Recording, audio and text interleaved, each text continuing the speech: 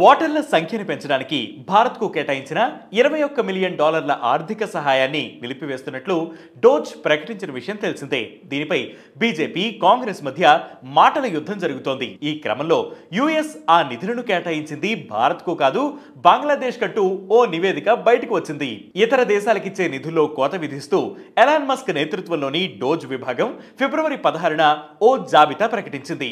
అందులో భారత్లో ఓటర్ల సంఖ్యను పెంచేందుకు ఉద్దేశించిన $21 మిలియన్ రద్దు చేసినట్లు ప్రకటించింది. ఇది భారత్లో రాజకీయ వివాదానికి దారితీసింది. భారత్లో ఓటింగ్ శాతం పెంచడం కోసం మనమెందుకు $21 మిలియన్ ఖర్చు చేయాలి? బహుశా ఆ దేశంలో మరెవరినో గెలిపించేందుకు వారు ప్రయత్నించినట్లు అర్థమవుతోంది. ఈ విషయాన్ని భారత్కు తప్పనిసరిగా తెలియజేయాలి. అదే కీలక ముందడుగవుతుంది అని మాయావిలో జరిగిన FII ప్రయారిటీ సదస్సులో ట్రంప్ పేర్కొన్నారు. ఇంతకు ముందు కూడా ఓ ఛానల్ కి ఇచ్చిన ఇంటర్వ్యూలో ట్రంప్ ఇదే విధంగా స్పందించారు. ట్రంప్ వ్యాఖ్యలతో 2024 ఎన్నికల్లో విదేశీ శక్తులు పనిచేస్తున్నాయని, అప్పట్లో ప్రధాని మోదీ చేసిన ఆరోపణలు నిజమని తేలిందని బీజేపీ పేర్కొంది. విదేశీ శక్తులతో కలిసి రాహుల్ గాంధీ భారత్ వ్యూహాత్మక భౌగోళిక ప్రయోజనాలను దెబ్బతీయాలని చూశారని BJP IT cell head Amit Malviya విమర్శించారు. అయితే ట్రంప్ వ్యాఖ్యలు అర్థంలేని ఆరోపణలేనని కాంగ్రెస్ స్పష్టం చేసింది. యుఎస్ ఎయిడ్ ద్వారా దశాబ్దాలుగా భారత్లోని ప్రభుత్వేతర సంస్థలకు అందిన సాయంపై శ్వేతపత్రాన్ని కేంద్రం విడుదల చేయాలి అని కాంగ్రెస్ సీనియర్ నేత జైరాం రమేష్ డిమాండ్ చేశారు. ఇదంతా జరుగుతుండగా యుఎస్ ఆ $21 మిలియన్ కేటాయించింది భారత్ కు కాదు, బంగ్లాదేశ్ కంటూ ఇండియన్ ఎక్స్ప్రెస్ ఇన్వెస్టిగేషన్ లో తేలినట్లు ప్రకటించింది. అందులో $13.4 మిలియన్ ఇప్పటికే పంపిణీ చేయబడ్డాయని, 2024 జనవరి ఎన్నికలు మరియు ప్రాజెక్టులకు ముందు బంగ్లాదేశ్ విద్యార్థులలో పొలిటికల్ అండ్ సివిక్ ఎంగేజ్మెంట్ కోసం ఉపయోగించబడ్డాయని ఇండియన్ ఎక్స్ప్రెస్ దర్యాప్తు వెల్లడించింది.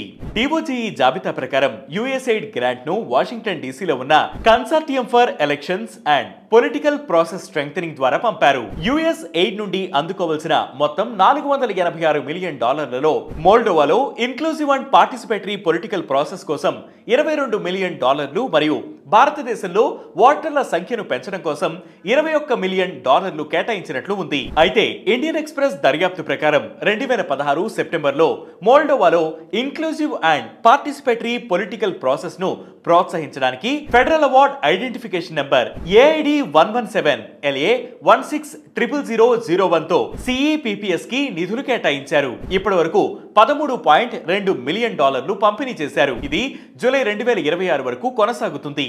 యుఎస్ ఫెడరల్ స్పెండింగ్ అఫీషియల్ చూపిస్తూ 2008 నుండి భారతదేశంలో యుఎస్ ఎయిడ్ నిధులతో కూడిన CEPPS ప్రాజెక్ట్ లేదని ఈ దర్యాప్తు తేల్చింది. $21 మిలియన్ నిధులు, ఓటింగ్ ఉద్దేశం ఈ రెండిటితో CEPPS కి కొనసాగుతున్న యుఎస్ ఎయిడ్ గ్రాంట్ 2022 జూలైలో బంగ్లాదేశ్ లో అమర్ ఓట్ అమర్ అనే ప్రచారం కోసం మంజూరు చేయబడినవని వెల్లడించింది. 2022 నవంబర్లో ఈ నిధులను కేటాయించిన ఉద్దేశాన్ని యుఎస్ ఎయిడ్ నాగోరిక్ ప్రోగ్రామ్ గా సవరించారు. ఢాకాలోని US aid political process adviser 2024 డిసెంబర్లో యుఎస్ పర్యటన సందర్భంగా సోషల్ మీడియాలో దీనిని పోస్ట్ చేశారు.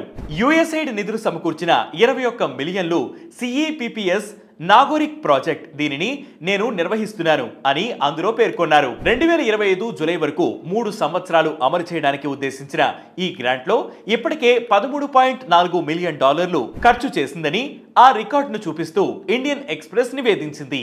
2025 జనవరి 8న అది మూసివేయబడ్డానికి కొన్ని రోజుల ముందు యుఎస్ఎయిడ్ బంగ్లాదేశ్ కొత్త అప్లైడ్ డెమోక్రసీ ల్యాబ్ ను ఆవిష్కరించడానికి ఢాకా విశ్వవిద్యాలయంతో భాగస్వామ్యం కలిగి ఉండడానికి ఉత్సాహంగా ఉంది అని ఫేస్బుక్ లో పోస్ట్ చేసింది. ఇవన్నీ గమనిస్తే ఆ నిధులు బంగ్లాదేశ్ కి కేటాయించినట్లు తెలుస్తోంది. మరి డోజ్ భారత్ కు కేటాయించినట్లు ఎందుకు చూపించింది? ఇవన్నీ గమనిస్తే ఆ నిధులు బంగ్లాదేశ్ కే కేటాయించినట్లు తెలుస్తోంది. మరి డోజ్ భారత్ కు కేటాయించినట్లు ఎందుకు చూపించింది? అలా చేయడానికి ఇంకేమైనా కారణాలు ఉన్నాయా అనేవి ఆసక్తికరంగా మారాయి. ఇది వాటి బిగ్ స్టోరీ. దీనిపై మీ అభిప్రాయాన్ని కింద కామెంట్ సెక్షన్ లో మెన్షన్ చేయండి. ఇలాంటి బిగ్ స్టోరీస్ ఎప్పటికప్పుడు తెలుసుకునేందుకు వెంటనే వేటి న్యూస్ యాప్ ని ఫాలో అవ్వండి. వేటి న్యూస్ తెలుగు యూట్యూబ్ ఛానల్ ని సబ్స్క్రైబ్ చేయండి.